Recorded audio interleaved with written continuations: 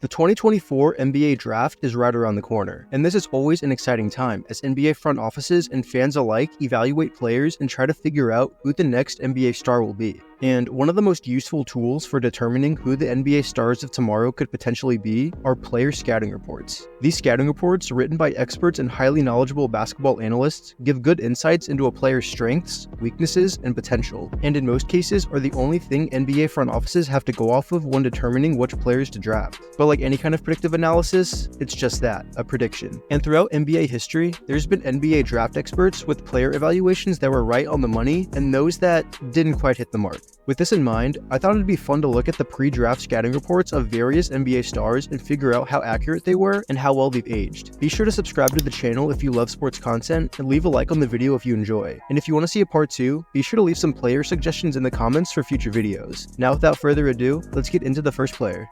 The first player I'm going to be covering is Clippers star forward Kawhi Leonard. In his 2 seasons at San Diego State, he put up an average of 14 points, 10 rebounds, and 2 assists per game. He was viewed as a pretty raw prospect, but his main strength that scouts fell in love with was his incredible physical tools, such as his long arms, comically large hands, and his good overall frame for the small forward position at 6'7", 225 pounds. And although not being an overly impressive athlete, he had solid agility and fluidity for his size, and that, paired with his physical tools and frame, led to not many concerns about how he'd fare in the NBA from a physicality and athleticism standpoint. Another strength scouts raved about was his ability as a defender, in large part thanks to his physical tools that helped him become one of the best defenders in college basketball. He had the length and athleticism to generate a lot of turnovers, effectively contest shots, and stay in front of his man, which made scouts confident his defense and high motor would translate to the NBA. Another big strength for Kawhi was his rebounding ability, averaging over 10 boards a game during his time in college and being one of the best rebounders in the country despite playing on the wing. In terms of how these strengths have translated to the NBA, I think scouts nailed their evaluation. His physical and athletic profile has not been a concern in the slightest, being able to easily muscle through guys when he has to, but also using his agility and finesse to beat defenders in the half court as well as in transition. Defensively, he's one of the best in the NBA. In fact, he's arguably one of the best perimeter defenders in NBA history, being a 2-time Defensive Player of the Year and being selected to several all-defensive teams. He's also been a very solid rebounder, averaging over 6.5 per game for his career. In terms of his weaknesses, scouts actually had a lot of questions and concerns about his game that had the potential to hold him back in the NBA, most of them being about his offensive capabilities. For one, he wasn't a consistent jump shooter or scorer in general. Although his shot had improved from his freshman to his sophomore year, he was still shooting only 29% from 3. And despite being a bit more reliable as a scorer inside the arc, he didn't really have any go-to moves and at times struggled when finishing around the rim, even with his strong frame and athleticism. Another weakness was his lack of ability to effectively handle the ball. Sure, he could push the ball in transition after a rebound or navigate around the perimeter a little bit, but he couldn't break defenders down off the dribble or string moves together to create a shot for himself. Overall, Kawhi lacked a lot of offensive polish to the point where he would have been a legitimate liability on that side of the floor in the NBA. But scouts thought if he could at least develop an outside shot, he could become a solid 3-and-D type of player. Fortunately, as most of us know, Kawhi's offensive game would see a massive evolution during his time in the NBA. The concerns regarding his shooting ability instantly vanished in the NBA as he shot over 37% from 3 his rookie season, and for his career, shoots close to 40% from behind the arc. Additionally, he's been able to add other shots to his game, including pull-up jumpers, step backs, and post fadeaways. He's also drastically improved his handle, being an effective ISO player capable of getting to the rim or creating separation for his jump shot. He's completely evolved his game to the point where he's been the primary scorer for many of his teams, with several seasons averaging over 25 points a game, which many scouts didn't think he would ever be capable of. Overall, Kawhi is one of the prime examples of what happens when raw players with impressive physical abilities and tools are able to develop and reach their potential. From a defensive specialist with no offensive game to being one of the best all-around players in the NBA, I'd say Kawhi is definitely someone that proved his scouting report wrong.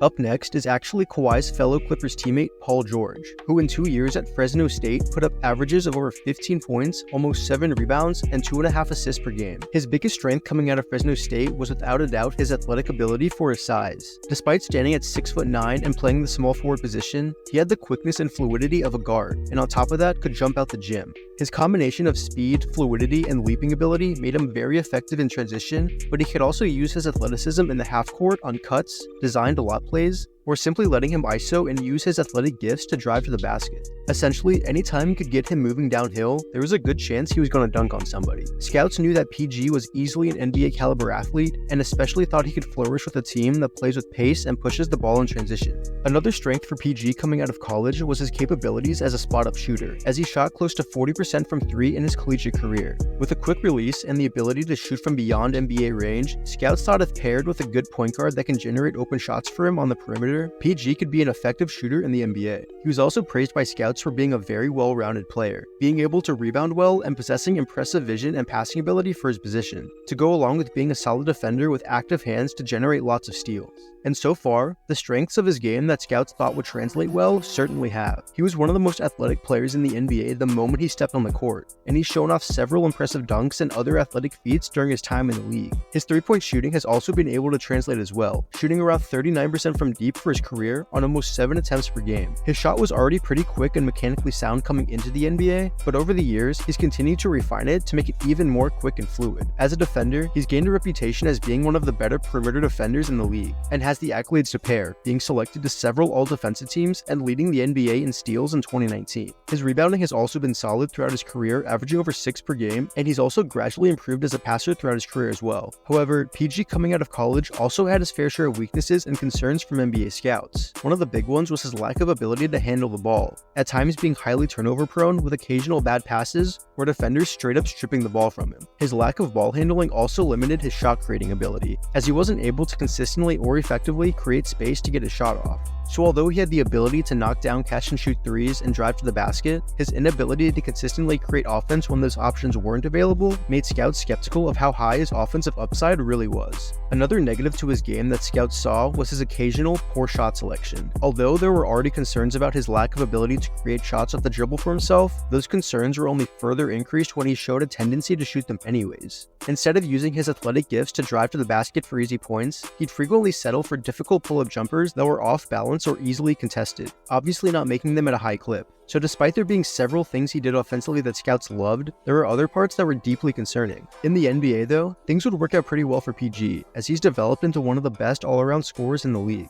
His ball handling has vastly improved, which has really opened up his game offensively, as he's developed into one of the best ISO players in the NBA, being able to break down his defender for drives to the basket or create separation for pull-up jumpers, a skill which he wasn't able to consistently do in college.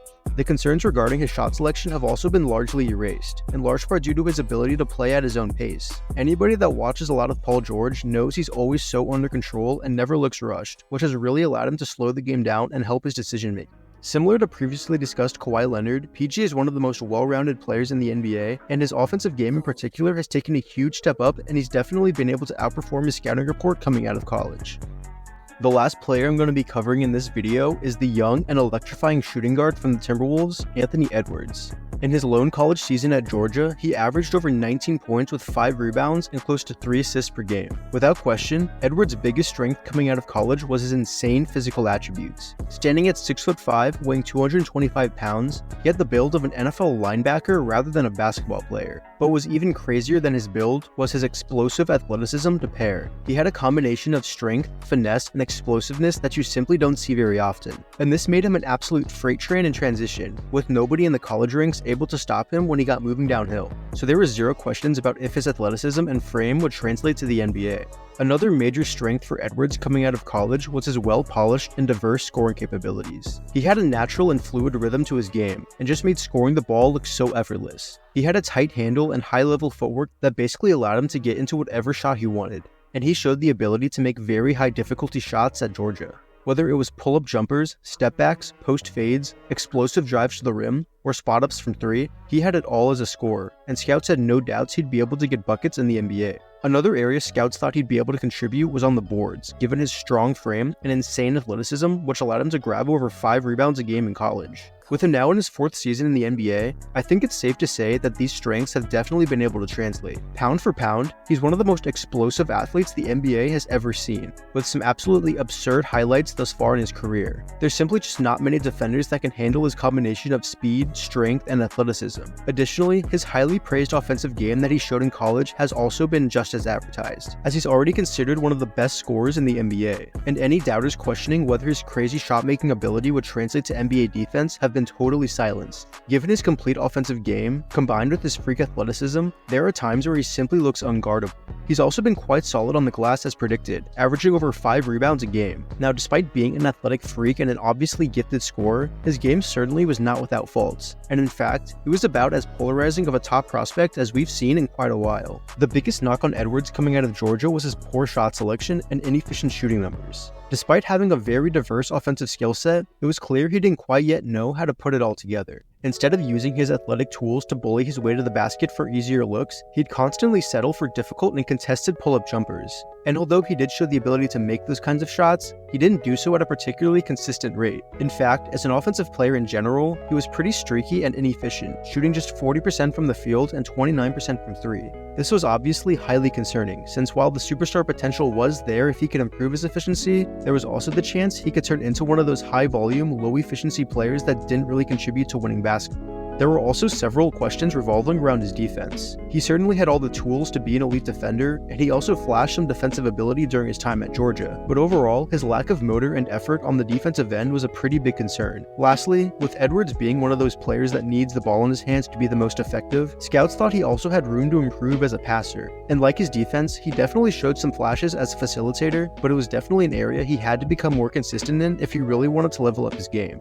Luckily for Edwards, he's made great strides in improving all of these weaknesses. Although his shot selection can still be a bit questionable at times, he's overall become a much more efficient scorer, boasting much better shooting percentages than he did in college. He's also made great improvements as a defender, being considered one of the better on-ball defensive shooting guards in the league. He's certainly not an elite defender by any means, but he has shown a strong willingness to defend, and he still has room to grow into an elite defender. In terms of passing, he's steadily upped his assist numbers every season, so he's definitely getting better in that regard as well, which is key moving forward as teams begin to start taking away his scoring opportunities. Overall, it seems that he's starting to finally put everything together and become one of the best all-around players in the NBA. He's fully lived up to the strengths of his scouting report and erased all of the weaknesses that scouts saw in his game. His ceiling truly is limitless, so don't be surprised to see him holding up an MVP award sometime in the near future.